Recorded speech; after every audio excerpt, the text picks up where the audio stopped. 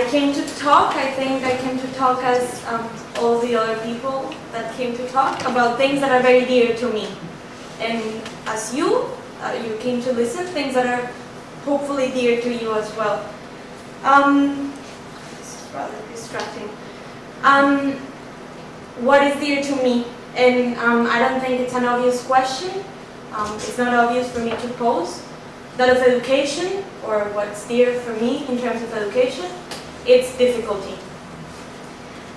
By difficulty, I don't mean here the toiling or the hard working that is required to achieve a concrete goal or a concrete task.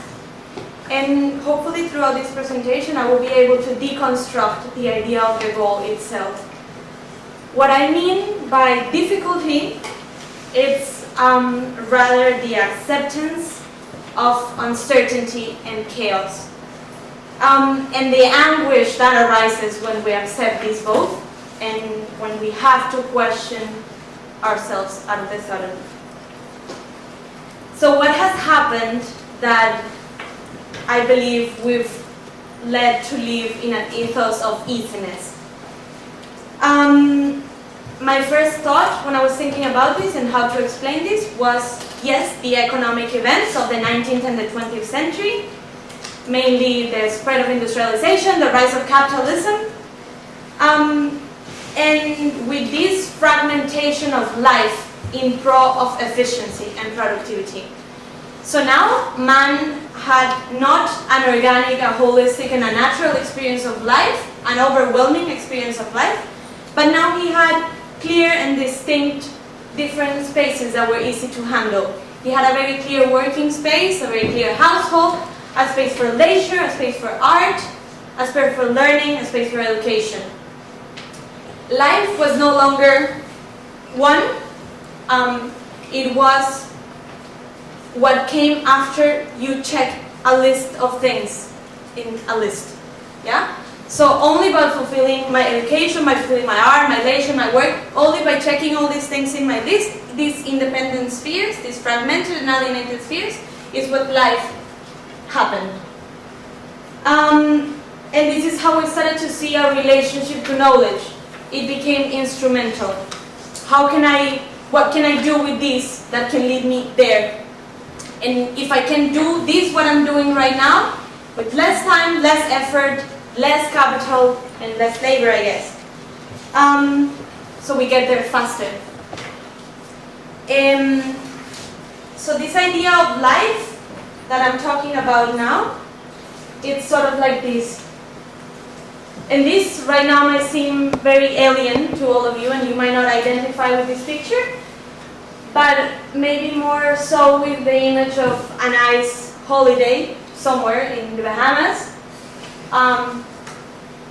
or a perfect city or the perfect state.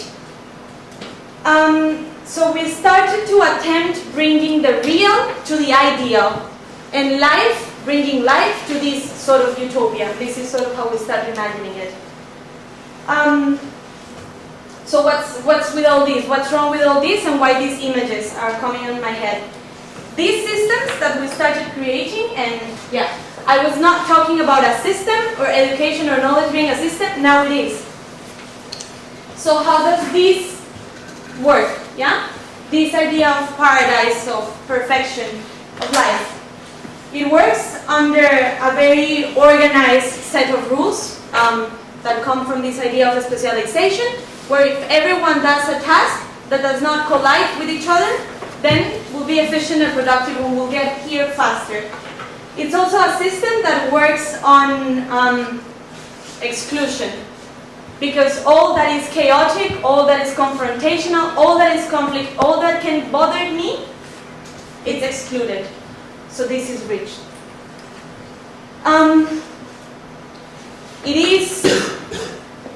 It presents, well, and all that is failure, obviously, as well, is punished. So we start to dream life as a calm sea, or a tranquility perpetuated. So we've come to see life as something that must be easy, that must avoid a struggle.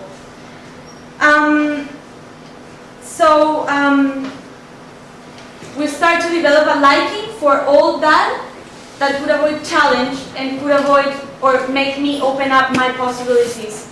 So we started desiring no complex and disquieting relationships that could make us oblige us to fight and change, but we started imagining an idyll or a utopia where there is no danger.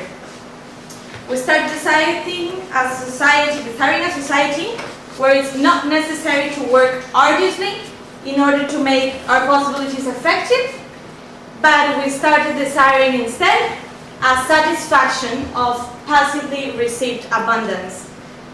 We started desiring an education and a philosophy that does not have open questions. On the contrary, it has global doctrines that aim at providing the answers. So we started desiring, after all this, a return to paradise, where we were already expelled. Difficulty in here, what I mean, is understanding that this picture is rather impossible. That cancelling out confrontation, cancelling out difference, is limiting in thought. And it is to oppose everything that this picture and this system advocates, what enriches life and impulses creation. Education then, after this industrial rising, became a step in my life that could lead me to this picture. Education, as I think we consider it in here, that's why we're here, it's not limited to a classroom, it's not a step, it's not instrumental, it's an end in itself. So education must bridge these conceptions that we have. We've been taught to desire wrong. And if an education in the 21st century is meant to have an impact, it's meant to encourage us to dream differently, to dream difficult, to dream confrontational, and to dream where it really hurts. Not coming back to this. Thank you very much.